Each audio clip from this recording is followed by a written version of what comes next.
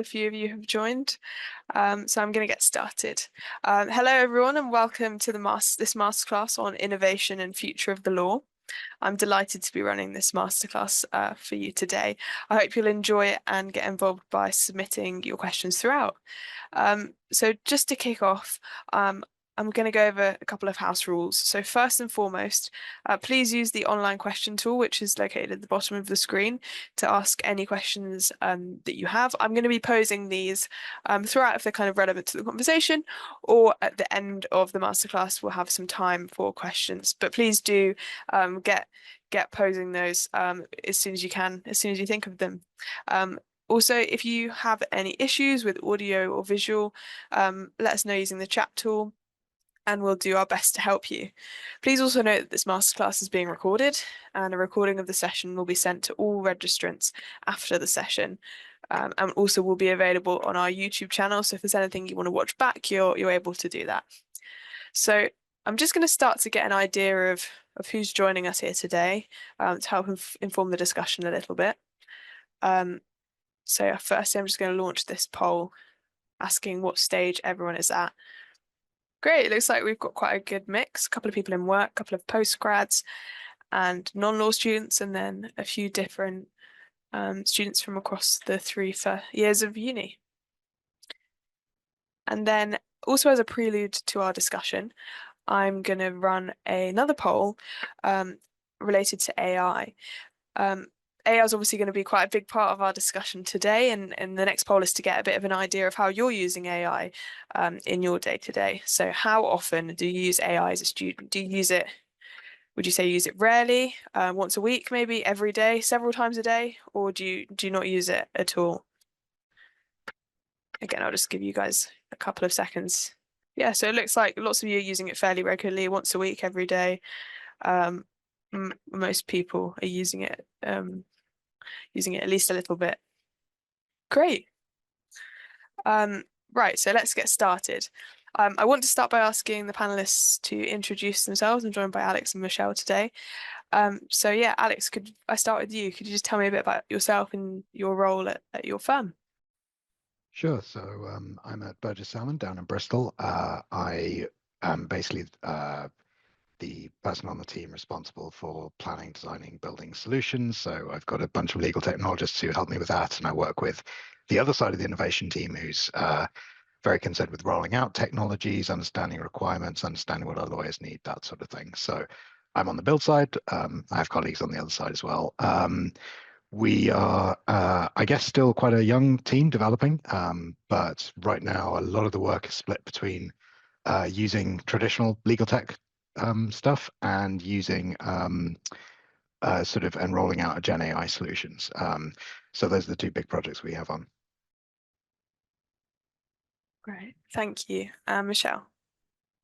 Yeah, hi Ellie again, and hi everyone. My name is Michelle, and I'm a senior product manager at Dentons, and I sit at the UK, Ireland, and Middle East team. So primarily, I look after innovative products within the innovation team, but we have a research and development function within the innovation and AI team. So we focus on building like bespoke products for our client, and sometimes I also look after the innovation training program for new trainees coming into Denton. So we try to get these trainees involved in innovation projects. So I look after those portfolio of projects. And similarly to Alex, we have an alternative delivery function within Denton's called Helix.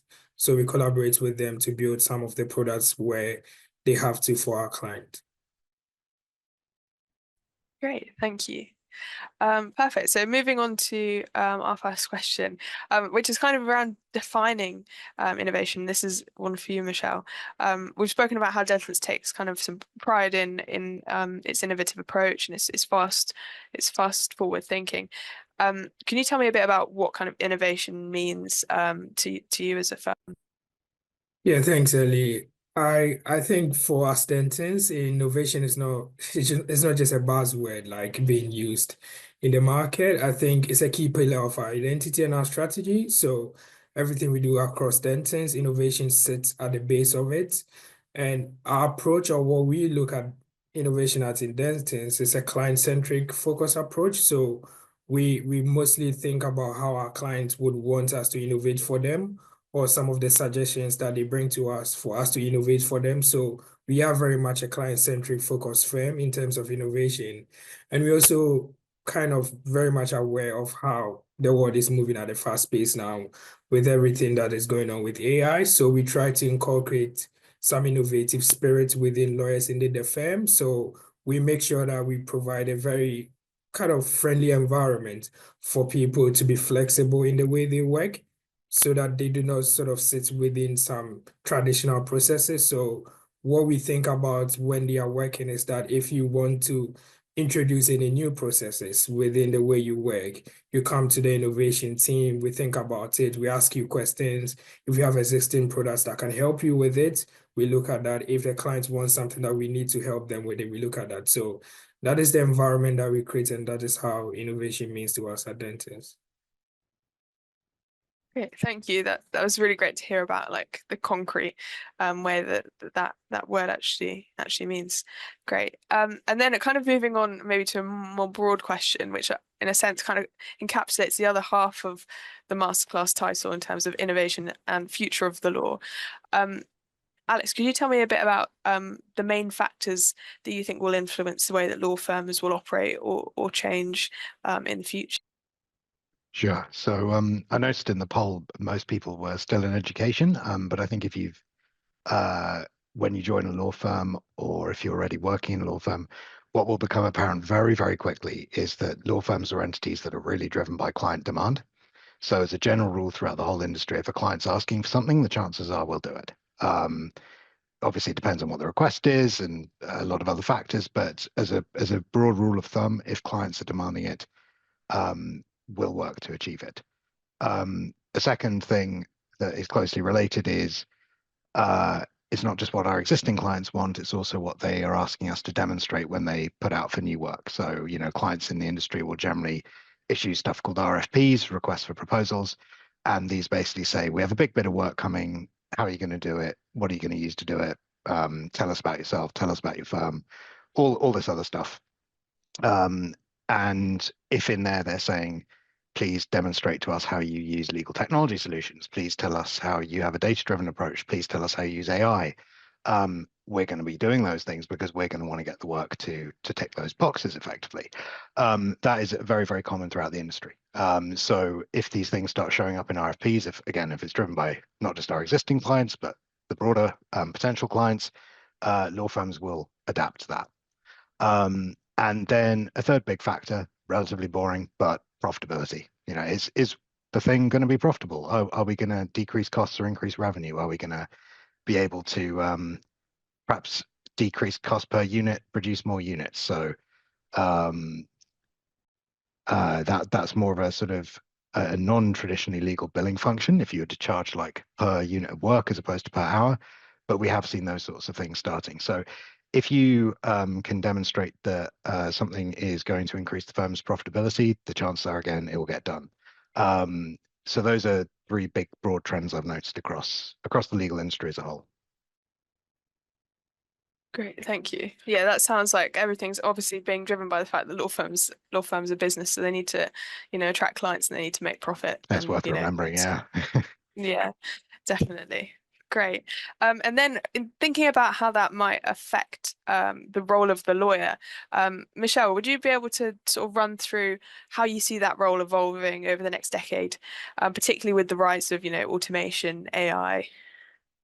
Yeah, I think it will evolve quite a lot in the next decade. And with everything going on, I think every year when you see in an innovation team, and Alex could relate more, a lot more changes in every month with the kind of work that we do. But there are three key things that I wanted to touch on. The first one is what Alex has already shared. Like we will focus more on client-centric work and we'll build more bespoke solutions. So I think we'll be moving from trying to do things that are very, very generic or very general legal solutions. So it will be more tailored towards what the clients actually want and whether it solves these problems and whether it is also going to make some revenue to the business or the firm as a whole.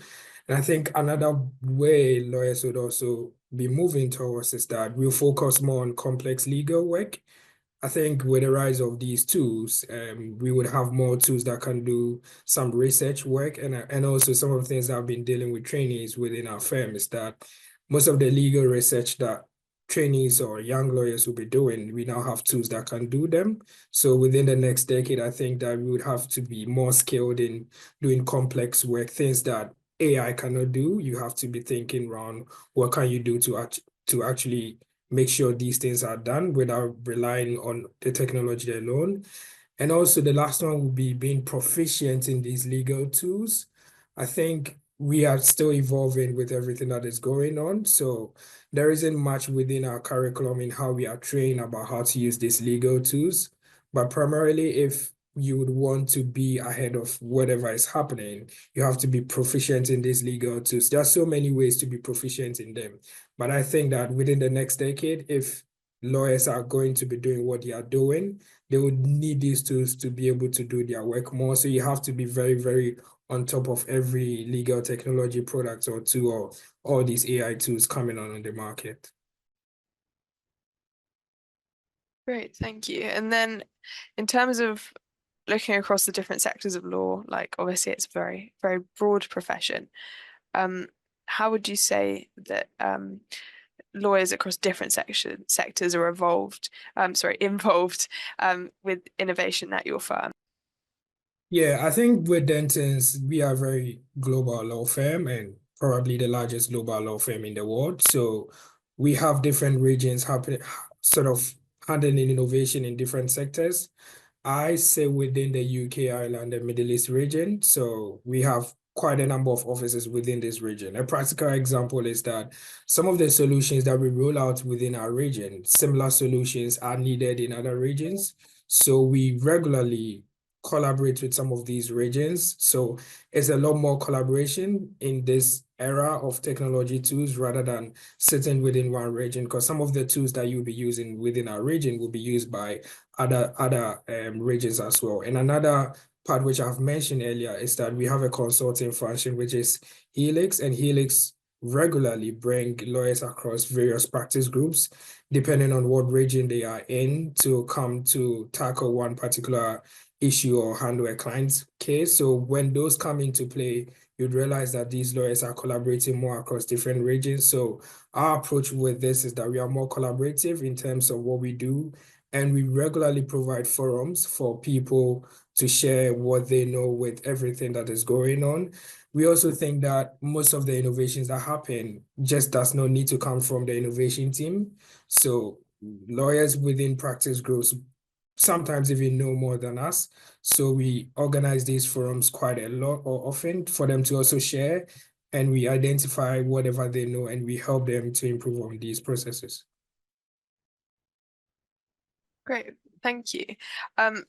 And just touching on that, I've just seen a question that's come in from the audience, which is maybe asking a bit more specifically about the kind of work that's being done. They've asked what kind of work is being done by AI in the legal profession, like at the moment. How is it being used? Would either of you be able to provide some insight into that? Yes, I'll go first. I'm sure Alex would provide another example. But I think one of the basic examples is legal research. I think in the past we have been used to quite, even before the era of having digital legal research platforms, I think we were used to the library books format and we moved to legal search engines. I do not want to provide examples of products here because of so many reasons, but we have moved to an era where you can basically do legal research with some of the tools that you are aware of. And I think a very big example now is generative AI is making us not spend even more time to do searching for a particular case, searching for some other laws or whatever to back you through what you're doing. You'd rather go and ask this particular generative AI to use to do that research. So some of these products are building Gen AI on top of what they have. So rather than spending so much hours looking for information on their platform, you can interact with their chatbot to get whatever information that you want. Similarly with due diligence, it's now very quicker to do some of these diligence work with some of the generative AI features that they built on. I can go on and on, but I'm sure Alex could also share some examples. Sure, I'll take it to a slightly different tack. So we've obviously got the legal functions, but then everyone in the firm, including lawyers, business support, all that sort of stuff, can really benefit from something that can say allow them to come back from a holiday and type into Outlook, what are all the emails that have come in, which are the most urgent, what are the tasks, when do I need to do them by, who's asking me to do them, and give that all to me in a table and sort it by priority. And Copilot can wander off and do all this for you. So it's really interesting because it's kind of almost like having the world's keenest assistant, or someone who's around constantly, always up for doing a good job.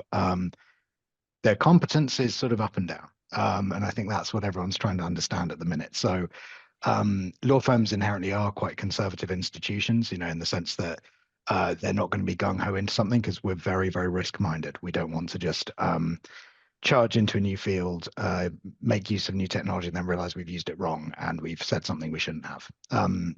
So there's a lot of testing that goes on before things are rolled out. So I think right now, a lot of us, and particularly at Bergersound, we've been testing a lot of legal tech Gen AI platforms to see which are the ones we can easily integrate into our workflows and trust. We are arriving at answers, but unfortunately, for obvious reasons, I can't tell you what they are. But yes, it's we're in this current phase of we're rolling it out actively across the firm for that business support function. In terms of the legal function, I believe we're using it as part of third-party solutions in in legal research, exactly as Michelle described. And then in terms of other workflows, like say things like due diligence, that's coming. But this is where the testing is very, very important. So that's where we're at. Great, thank you. Yeah, and there's definitely, the threat of wanting to make sure you're starting to do things carefully, which kind of brings me on to my next question, which is kind of the other side of that. Why would you say, Alex, that it is important that firms, invest in this technology and spend that time doing that research into how you can use it? Would you say that there's kind of any threat of maybe losing clients, as you mentioned earlier, or talent if they fail to keep up with advancements? I think that's right, but I'm gonna answer this one by not answering it, so apologies in advance. I'm gonna say it is very important, but there are also other important factors that you need to consider. So if we go back to something we said earlier, law firms are at their heart businesses, and we need to understand that businesses are composed of people and systems. So if you bring technology in, you're going to have to make sure people are using them correctly. And that's not a trivial problem. It can kind of sound like it, right? If you haven't had experience in a huge corporation or something where new systems are rolled out, it might not occur to you that you could introduce a system that doesn't necessarily mean people are going to use it, right? They might fall back on their old habits pre the introduction of that system. So you're going to want to consider change management. You're going to want to consider how to train people so that they see the benefit of using this. You're also going to want to consider what do you bring this technology in for?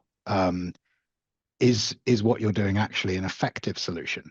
Before you try and make it super efficient and cool, is it effective? And if it isn't effective, why are you doing it? Perhaps you shouldn't be doing it. Perhaps you should be doing something a bit different. And then if you've established that, yep, this is something we should be doing, what tech do you really need? It might be that Gen AI could totally do it, but so could an older process automation tool. So definitely investing in technology is really important.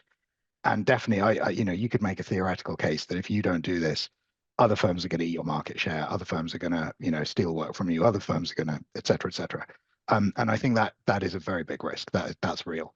But also, just because you invest in technology doesn't mean you're going to get any benefits. Like if you just buy it, you might, unless you invest in those other things, you're going to end up with a big pile of technology, and perhaps you're not actually leveraging it. So I'd say definitely do it, but do it well.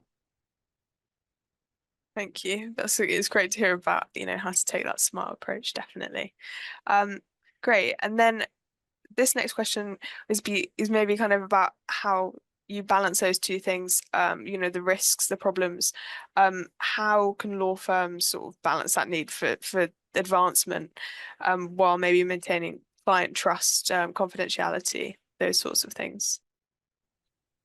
Sure. So I think firstly, every law firm will have people in those whose job it is to protect the firm, risk teams, information security teams, work very closely with them, understand what it is they need from you, understand how you can demonstrate compliance with everything from data protection law to also the terms that we as a firm have with our clients. Generally when a new bit of work starts, there'll be something we call it an engagement letter. There might be other terms for it, but there'll be effectively not just an official contract, but also other things drawn up saying, this is how we work, this is where your data is going, this is where we're going to store it, et cetera, et cetera. These are the software platforms we're going to be using. Make sure those say the right thing, because you don't want to be saying one thing to your clients and doing another. So these are, I think those are the big points. Make sure you're in compliance with, the law, what your internal risk and information security teams need you to do. Make sure you're filling out all the paperwork, data protection impact assessments, all that sort of stuff. And also make sure you have told your clients accurately what you're going to be doing, how you're going to be doing it. Great, thank you. My next question, which is for Michelle, this kind of feeds into, in a way, some of the audience questions I've seen coming in, which all look great, by the way. Please keep sending those in, guys. The next question is kind of about how trainees could get involved and how sort of, the people maybe who are on the school who are looking at starting their career in law at Denton's, how at an early stage can you get involved in innovation? And are people maybe expected to have a background in technology or IT if that's something that they're interested in? Yeah, so that's my next question. Sorry for a long one. Yeah, in terms of background, I would just go straight to the point. You don't need any specific background, or we don't have any hard requirements to join in any of our training programs. So you can come there without knowing anything about innovation. It's very, very open because it's a very evolving space. Secondly, is that at Dentons, we run an innovation training program. So when you come to Dentons as a trainee, you join another program, which is an innovation training program, which is similar to other law firms as well. So when you move around seats during the training program, every seat, you have to do an innovation project. And what this is designed is that we call this program Action Insight. Action Insight, think of it like AI with the A and an I. But what the program does is that it makes you think that every seat that you have to come up with an innovative project that can benefit the work that they do. Mostly, we walk the trainees through a very rigorous prototyping exercise. So most of the idea phases that we go through as a research and development function within the innovation team, we prototype a lot, we test a lot. We test more than we roll out. Like Alex said, there's a lot of results that we come to, or every conclusion that we come to after every testing. So every seat that the trainee goes through, we drag you along with these testing processes. And when you start an innovation project, we regularly do workshops within that particular seat for you to understand how you can do all of these prototyping within your seat. So generally, we run an innovation project at every seat. Unfortunately, I cannot share some of the projects with you on this call, but there's quite some exciting projects that some of our trainees have gone on to do, which has benefited us as an innovation team and has also benefited some of the works that we do with our clients. So it's a very, very involving process, and all trainees at Dentons are always at the edge of innovation projects. Great, thank you. And that sounds kind of like this is a good process for sort of thinking about innovation throughout the firm in a very holistic way. Just sort of coming off the back of that, how would you say that you approach building a culture of innovation sort of within Dentons? Yeah, I think the culture is in so many formats. The first one I'll say is communication, because of how everything moves with technology, everyone has an idea in technology, particularly with people who know little and may think that something can do more. So we have designed a very, very robust communication system where people can communicate whatever idea they want to or whatever thing that they are thinking about to the innovation team. So communication is at the base of everything that we do with our culture, with innovation. And we also regularly take feedbacks with the products within our portfolio or work streams, that's how we call it, because some of the products, like Alex also shared, we roll out third-party product to the lawyers to use or some of our clients' work. Some of the products may not be working as how they expect them to work. So we have designed a very simple feedback process where we pick all the use cases as different points all the time. And in Dentons, one thing that we have also identified that could help us with the culture of innovation is that there is a department called Solutions. So Solutions is a thread that runs through LPM, innovation, practice group, depending on what they are doing. So what we do is that we regularly come together to brainstorm some of the issues that everybody is facing. So if you're even sitting outside the whole innovation box and you do not even know anything because you sit under the wider solutions team regularly, you'll be abreast with everything that is going on. And we also do trainings quite a lot. So we have platforms like My Learning that we regularly release various AI literacy skills training courses that help people to understand some of these fast evolving things happening with AI. So it's a broad work that we do under what can make our culture great, but communication sits at the bedrock of everything that we do. Fantastic, thank you. And then my next question is related to alternatives legal service providers. Obviously, this is another way that AI is being implemented and changes are being made. Alex, would you be able to tell me a bit about how firms and clients are beginning to use alternative legal services and how maybe this is changing the market? Sure. So I think ALSPs are sort of like their primary use case, and this has been the case for a while, has been the ability to access either very advanced expertise in a particular area or a lot more resource very, very quickly. So you might not have the ability to very rapidly hire 100 people to deal with an enormous bit of work that's come your way. But if you're in touch with the right service providers, you know they're able to access that very quickly. They might also be able to access very specialized technology. A lot of people use them for kind of almost a technology consultancy arm. And there have been some acquisitions in the past where law firms have ended up buying an ALSP that has fulfilled that function. So I think we're seeing the emergence of kind of unified service offerings, or the attempted emergence. I think there've been a few success cases and a few less success cases in the market. Not going to name names, but you know, a lot of it probably is to do with cultural compatibility of law firms with those ALSPs as well when they acquire them. Again, that can kind of sound like a non-trivial issue. You know, well, one firm's bought another, surely they'll work together. And the answer is, if they have very different ways of working, that is a big challenge. So, yeah, I think those are those are some of the big ones. There are ALSPs who are trying to be disruptors. So they're trying to take traditional legal services and offer them with very different business models. I think they've definitely proven the viability of that.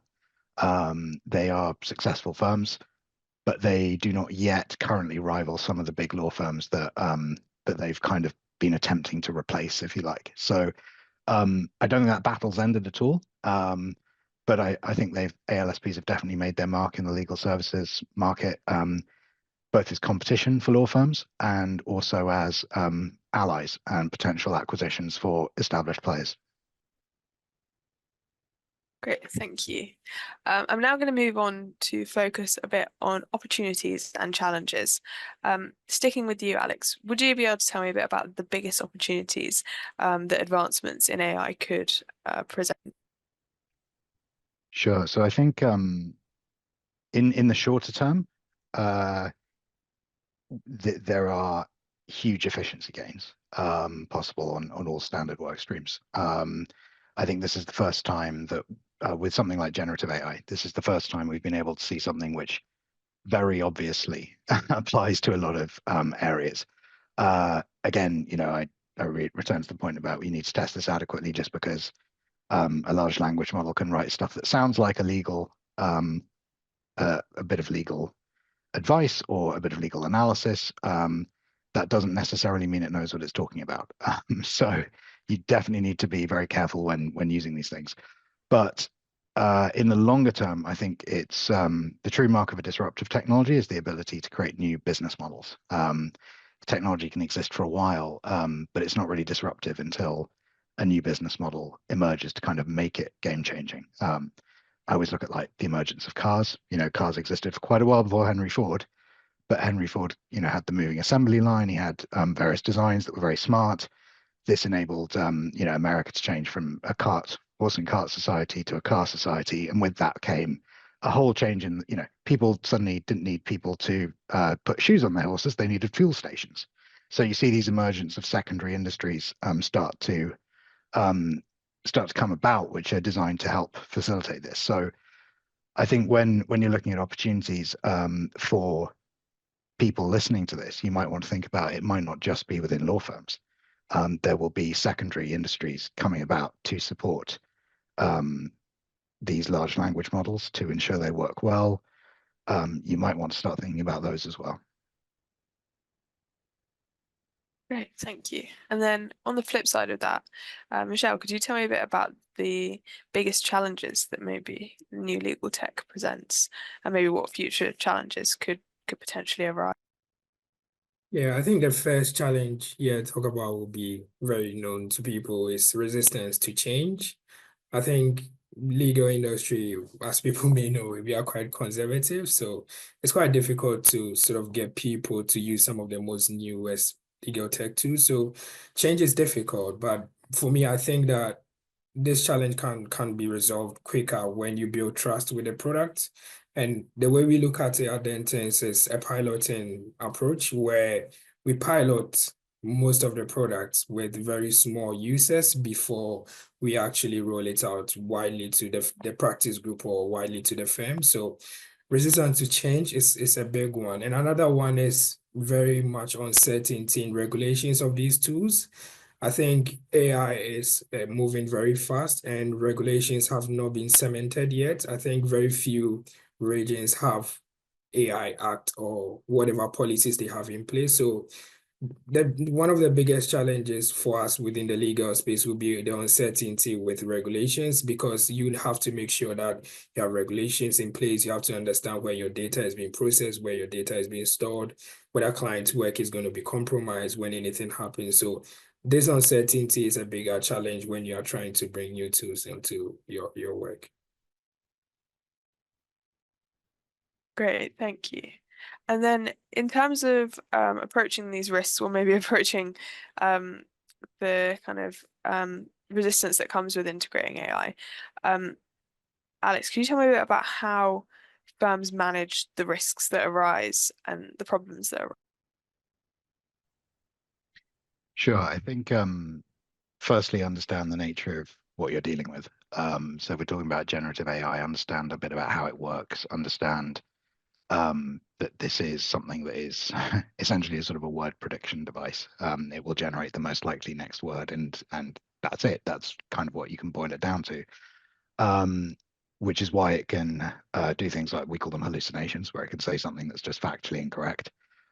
It's because it isn't necessarily retrieving information. So understand that that a lot of more modern solutions, how do they accomplish that trick? How do they minimize the risk of hallucinations? How do they, do all this? And then how do you ensure that your use of them helps with that? That you're not going to inadvertently trigger these things. Understand how to do things like prompting. So the other big one as well is train your staff about what platforms are good to use and what aren't. I think there's probably a pragmatic point that in this day and age, these tools are so easily available. The temptation to use them is going to be so high.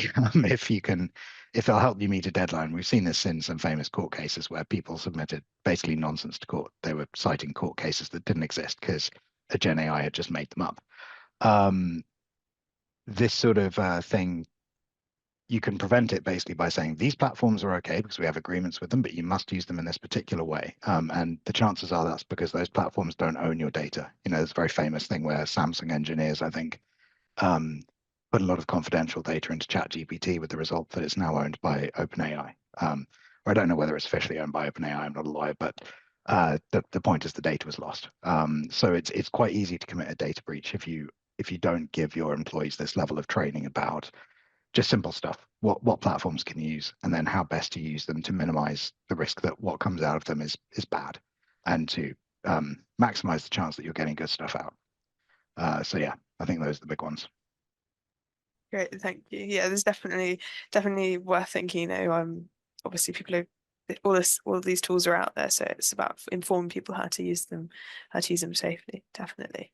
Great. Now I'm going to move on to some sort of more kind of advice-based questions, something kind of more aimed at the students here today, and what they can do and what they can look at next.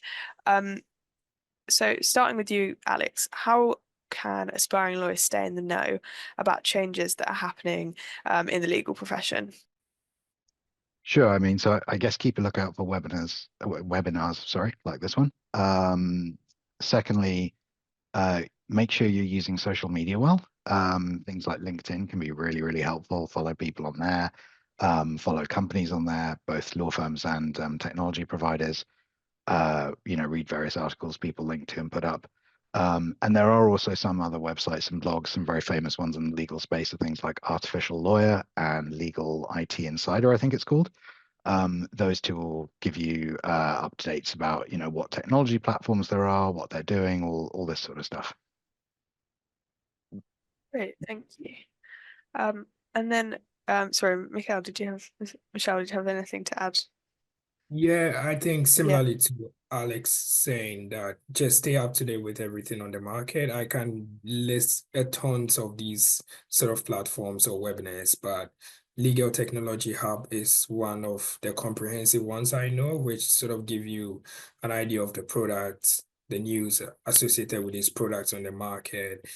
And I think LinkedIn is probably the best place to find all of these things. As basic as just searching the keyword legal technology and law tech, it brings tons of people to you. You can always connect with these people. And I find it very interesting that I find more on LinkedIn every day than I find anywhere else, because some of these generative AI conversations, there's quite a lot of articles that people are sharing every day. So yeah, that would be my only addition to that part Alex mentioned. Great, thank you. I guess as students are kind of trying to stay informed and making those applications, how important would you say that is, Michelle, in terms of when they're making the applications, that they have sort of a grasp of what changes are happening in the industry, whether that's legal tech or kind of just more broad? Yeah, I think it gives you a very competitive edge and very good advantage in interviews, because everything every firm will be looking out for now is that somebody who has more than the legal education. So if you have a good grasp of everything that's happening on the market, it sets you apart from everybody else within the application pool. You may not necessarily need to have a specific sort of certification. I can speak for Dexys. We are not looking out for some specific certification that you've done this or that, but the knowledge that you showcase in some of this would also indicate that you have something to show for, you have something to contribute when you join the firm.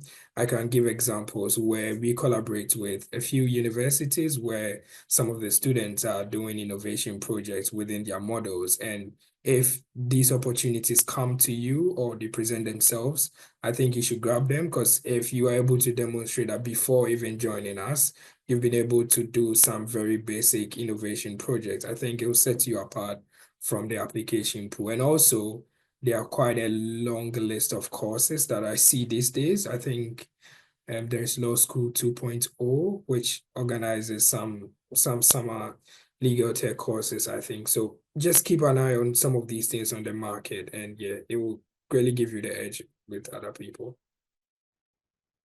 Great, thank you. And then in terms of skills, you kind of touched on this, but I think this is something that was probably quite a good thing for you both of you. I'm sure you'll both have thoughts on this in terms of what key skills are becoming more important. There's obviously like the important skills that are important for being a lawyer, and like attention to detail and stuff like that. But in terms of how the profession is changing with technology, are there sort of skills that are now becoming more important? Starting with you, Alex. I think I mean we can list them off. Like there are some obvious ones like understanding how to do prompting well, basic prompt engineering. Um, but there are other things like learning to use Excel proficiency, learning bits of project management. I don't think there's probably any one thing that will be the guaranteed success above all others. Um, but I think the best bit of advice I could give would be find something that is your niche, that you're good at, that kind of speaks to you. Perhaps you do have a high aptitude for project management, you're a very organized person. That's incredibly valuable to legal teams. If they have a trainee who's capable of understanding what everyone's doing, pulling it together, tracking it, making sure that, they're able to answer questions about how we're doing with X, Y, or Z, um, just immediately without having to stop and think about it. That's incredibly valuable to a legal team. Isn't necessarily technology related. It's just good organization and done in a very structured way. So understanding something like that could be very beneficial. But if your heart's in stuff like generative AI, prompt engineering, understand how to do that well, because that will be very, very relevant in future too. Thank you. Michelle, did you have anything to add? Yeah, I think my hard opinion would be that everyone should have a basic legal prompt engineering skill. I think we cannot run away from it again. So please learn how to prompt engineer. There are tons of online resources about prompt engineering. It'll just show you the basic stuff of knowing how to write a prompt and being able to have that skill is quite good. I think the other skills I would recommend, I'll not go into project management because Alex has spoken about, but I think if you are able to understand how legal design processes works, it's quite a good skill to have these days. So just explore what legal design is. There's tons of resources that you can find online about legal design. Will let you understand what I was saying earlier about prototyping, gathering resources, running even a design thinking workshop. I think at the basics of what we do within innovation, or a trainee who can come with skills like how to do a design thinking workshop, not even run it, but to contribute to it would be quite vital to you. So yeah, you can have some of these and you'll be fine. Great, thank you. And I think this question from the audience leads on quite well as well. Someone's asked, I'm a law student but interested in a career in technology and innovation. How did you both come to sort of work in this area? I was just wondering if you have any advice. Yes, maybe Michelle, would you have any advice to start with for someone I think interested? Yeah, I think I have a long journey on how I got in, so I don't think I want to bore anyone on that because I obviously went to law school, but I never practiced the law. So yeah, I was experimenting quite a lot when I was studying law. So I was not interested in the law, I was interested in tech. So that made me get into where I am now. But I think the basic thing that I would recommend to anyone at this stage is a curiosity mindset. I think you should be more curious at this time in with everything that's going on if you want to get into this industry, because from everything I have shared, even Alex has shared, there is no design path into how to get into this. So if you are curious in very well enough and you're experimenting, okay, I think I have some passion in project management, I can go on to do this. I think I have some passion in legal design, I can go on to do this. You can fail. I didn't start to be doing product management. I wanted to be a developer. I taught myself how to code. I failed. I couldn't do well in that. So I ended up being a product manager. So don't worry yourself too much about a niche at this point. Try to be very curious and explore. And yeah, you should be able to find what you want to do at some point. Great, thank you. That's great advice. Alex, are you able to offer any advice about how you kind of came to be practicing in this area? Sure. So I thought I wanted to be a lawyer, and I started off as a paralegal, and thought about going to law school whilst I was doing it. I don't have any legal training really. Um, but as I was working as a paralegal, I just began to see opportunities to use tools that were to hand, but use them in ways that other people perhaps weren't thinking of. So, for example, Microsoft Office has a programming language you can use to automate tasks, and they're called VBA. That is a sort of like it's quite a 90s solution, it's very old school, but it's very, very effective. And if you can use it well, you can really increase the efficiency of what you do. And luckily at the time I had a boss who wasn't clobbering me over the head for lack of billable hours, but just looked at what I was doing and said, do you want to do this as your full-time job? So that's kind of how I got into it. So I guess trying to extrapolate from that, I guess using what's to hand well, understand what resources you have available, take an interest in them, learn how to use them well, learn how to use them to help deliver value for the firm. Regardless of what role you have within it, you might be a trainee, you might be practicing in some team, or you might be, say, on the business services side. But innovation teams will often look for people with technical aptitude, but not necessarily formal training, because the hard skills are easy to teach, I think. Having the right mindset, the right industry awareness, that's often harder. So if you can develop that while simultaneously showing and building your technical aptitude, that's probably a really good way of doing it. Great, thank you. And then the next question I can see, which I think is quite a good one, is about kind of common cases of how particular areas of practice areas that perhaps innovating more, or perhaps where there's more potential to innovate. Would either of you say that there's any kind of particular practice areas at your firm where AI has been more useful, or AI has had a bigger effect, or maybe just other areas of innovation? Yeah, I can go first. I don't think there's any preference into ranking in terms of which particular practice area. Reason is that there are products for every practice area, but some of the people within practice groups are more open to using technology than the others.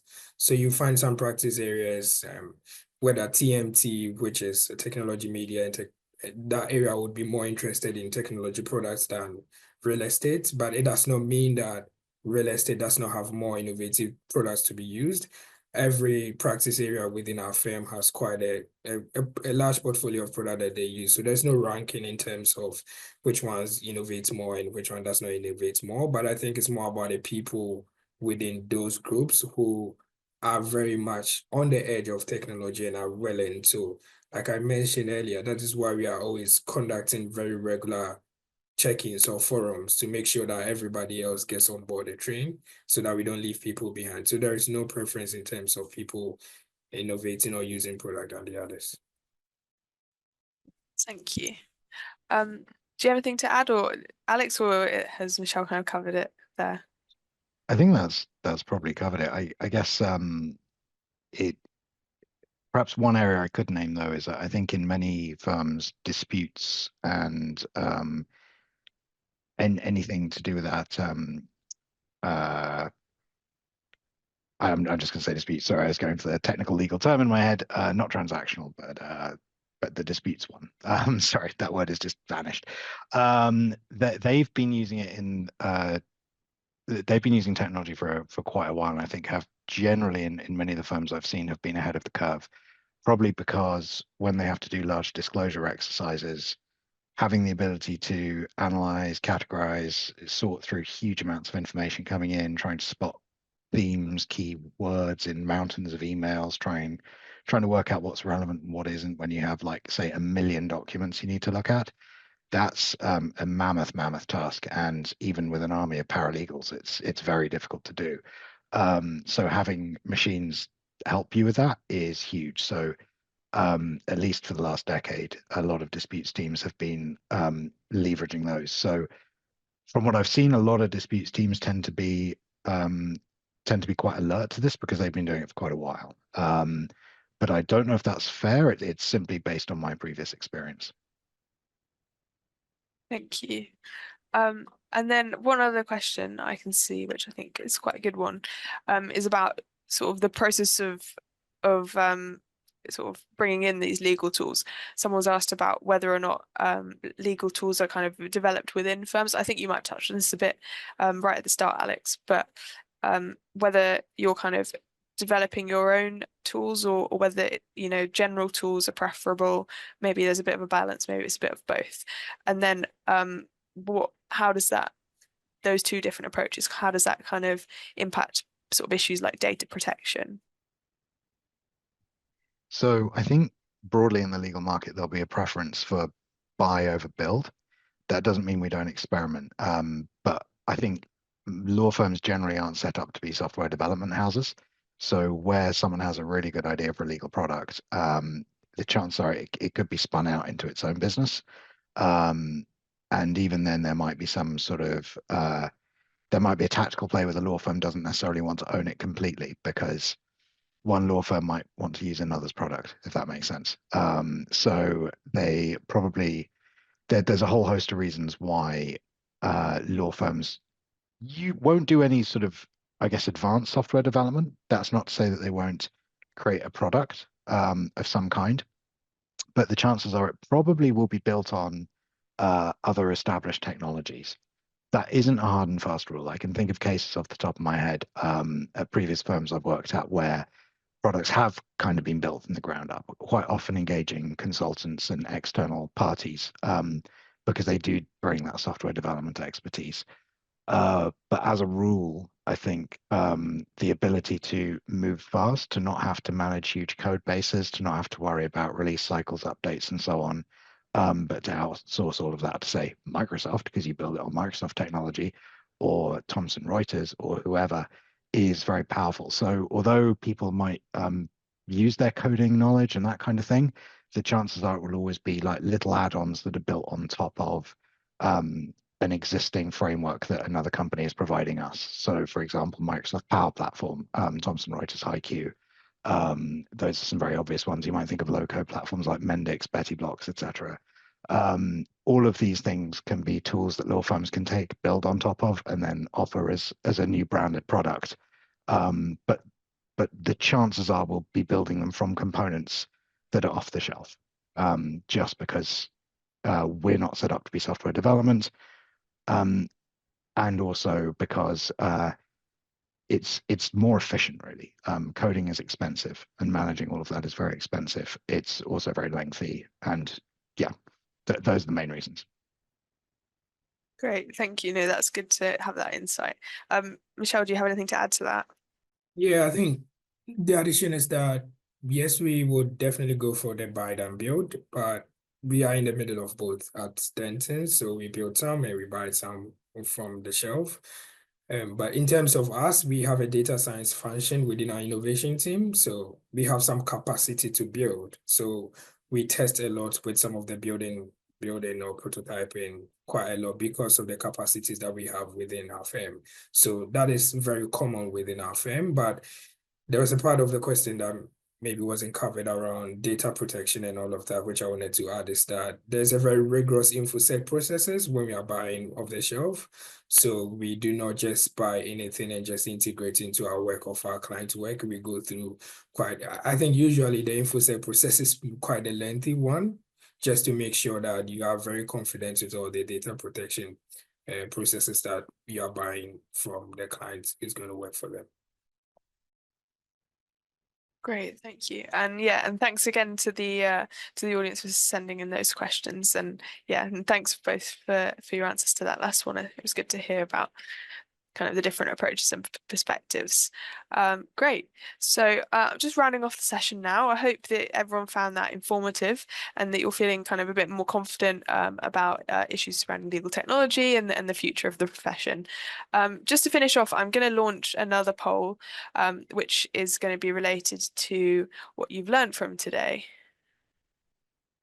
Obviously, we've covered a few different topics. So would you say that you've learned most about how firms are innovating their legal practice, the impact on client relationships, how trainees can get involved in innovation at firms, or a bit about the benefits and challenges of legal tech?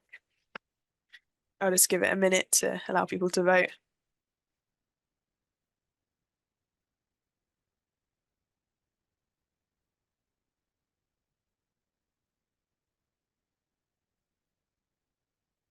Great. Looks like there's been quite a range of takeaways from this session, which is always great to see. Great. So just before you go, just another reminder to attendees that we'll be sending out a link containing the recorded session. So please do keep an eye out for that. And also a survey will be popping up once the masterclass has ended. So please fill it in to let us know what you've enjoyed today. That's always really useful. And maybe what other topics you'd like to see us cover in the future.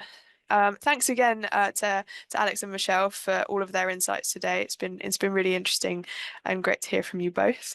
And yeah, and to our audience, we hope and look forward to seeing you at our masterclasses in the future. You can check out all of our upcoming events on our events page, so please do check that out.